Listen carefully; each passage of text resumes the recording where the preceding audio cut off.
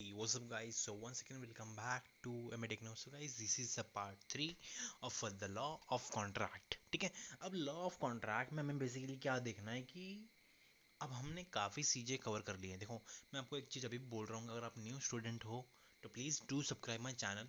अगर आपको कोई भी एलएलबी एग्ज़ाम दे रहे हो या सीए की एग्ज़ाम दे रहे हो, ठीक है, या कोई भी लीगल एप्टीट्यूड की एग्ज़ाम, आपको सपोज एलएलबी की एंट्रेंस एग्ज़ाम दोगे, क्लैट दोगे, एमएससीआईटी दोगे, ठीक है, तो यहाँ पर होगा क्या कि आपको लीगल एप्टीट्यूड की ये सब एक्ट लगने वाले हैं।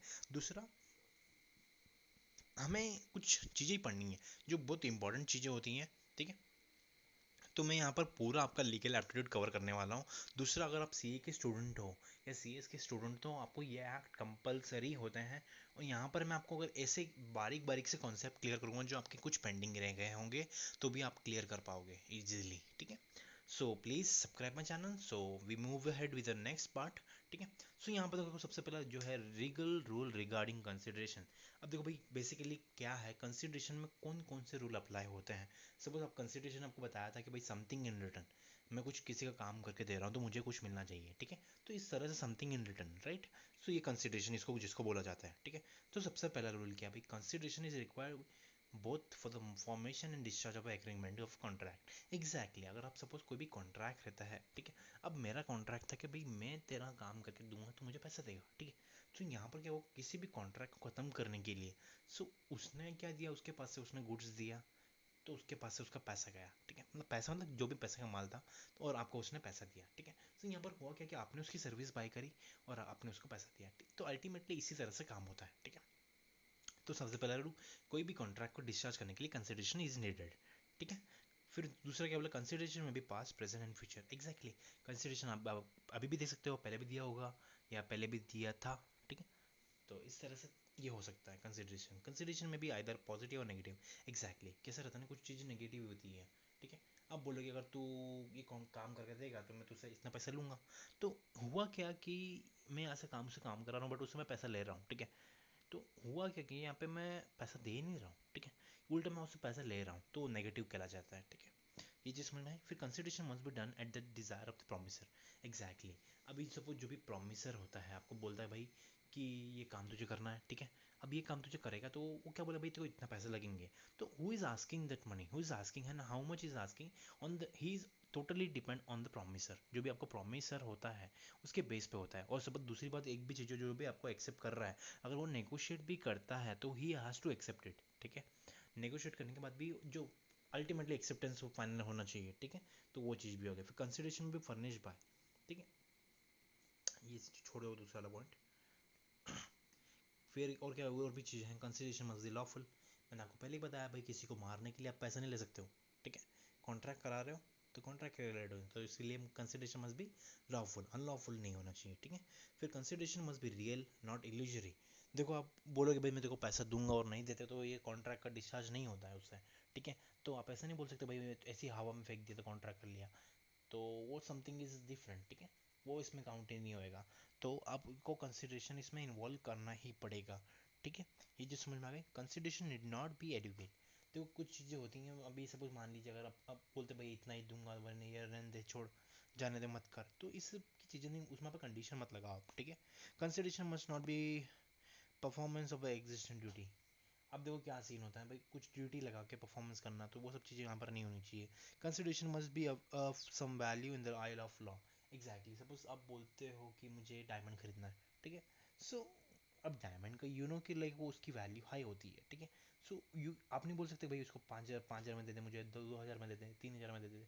तो कैसा रहता है ना, ये सब चीज़ें आप कंसिडरेशन मस्ट भी बोलते हैं ना, एक प्रॉपर वैल्यू होनी चाहिए। और आई लॉ की नज़र में something has to be, suppose कोई टीवी लेते हो, ठीक है। तो उसकी वैल्यू आप पकड़ लो 10, 15, 20 हज़ार, तो आप उसको बोल सकते भाई मुझे 100 रुपये में दे देते। तो ये सब चीज़ें वहाँ पर नहीं होनी चाहिए। तो कंसिडरेशन मस्ट भी क्या बोलते हैं, some value in the eye of law, ठीक है। तो लॉ के नज़र में उसकी कुछ वैल्यू होती है, ऐसा नहीं आप कचरे के भाव में उसको कुछ भी दे दोगे, ठीक है। आगे बढ़ते हैं। ये कंसिडरेशन वाला रूल रिगार्डिंग खत्म हो गया।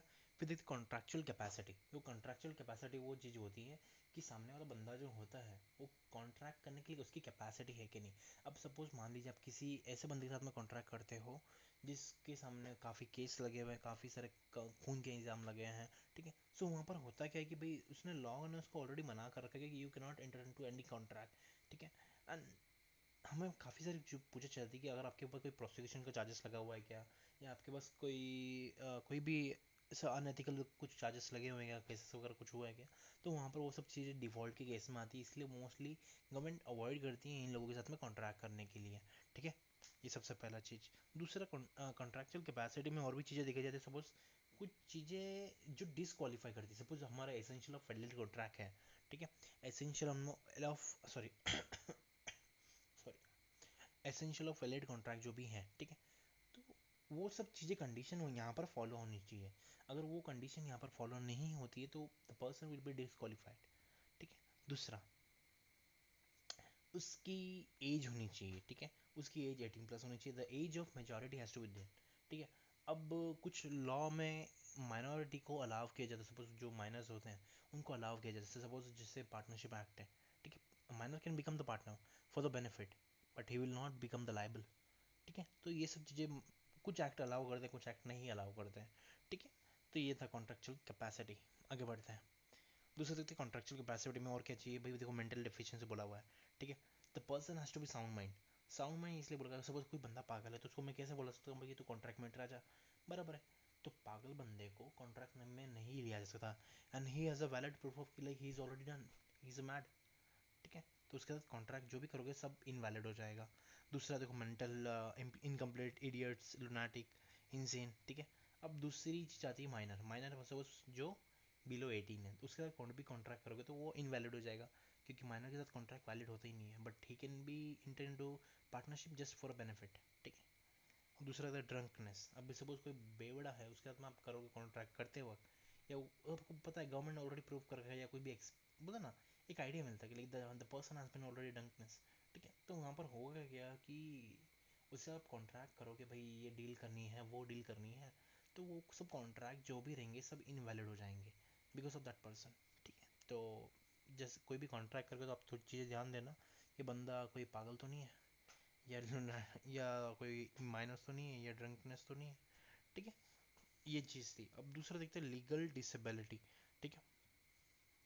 अब लीगल डिसेबिलिटीज में क्या आती है कि सपोज कोई बंदा इंसॉल्वेंट है, आपको पता है इंसॉल्वेंट मतलब बैंकक्रप्ट, उसके पास 1 रुपये नहीं है, ठीक है। अब उसके साथ कॉन्ट्रैक्ट कर रहे हो तो उन सब चीज़ों में कॉन्ट्रैक्चुअल कैपेसिटी में नहीं आता है। That person is not under capacity, ठीक है। एज पर legal disability he is not able to do the contract with you, ठीक है। बट तो भी आप करते हो, आपको पता भाई माइनर तो नहीं है, अडल्ट है तो करेगा।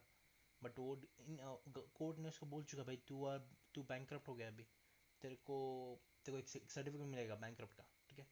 So you can not enter into any contract with him, ठीक है। दूसरा और क्या दिया भाई, एलियन एनिमली। हाँ, अब ये आ गया मेन आपको जो मैं बताया था। अब कोई भी इम्प्रिजनमेंट के साथ में कॉन्ट्रैक्ट नहीं कर सकते, जिसको जेल हुई उसके साथ में कॉन्ट्रैक्ट नहीं कर सकते, ठीक है। तो ये सब लीगल डिसेबिलिटीज थी। I hope you guys are getting the way I am teaching you, ठीक है। और देखेंगे आगे और कवर करेंगे हम इसको, ठीक है। सो आज तक के लिए इतना ही, फिर मिलते हैं नेक्स्ट सेशन में। Till then have a great day.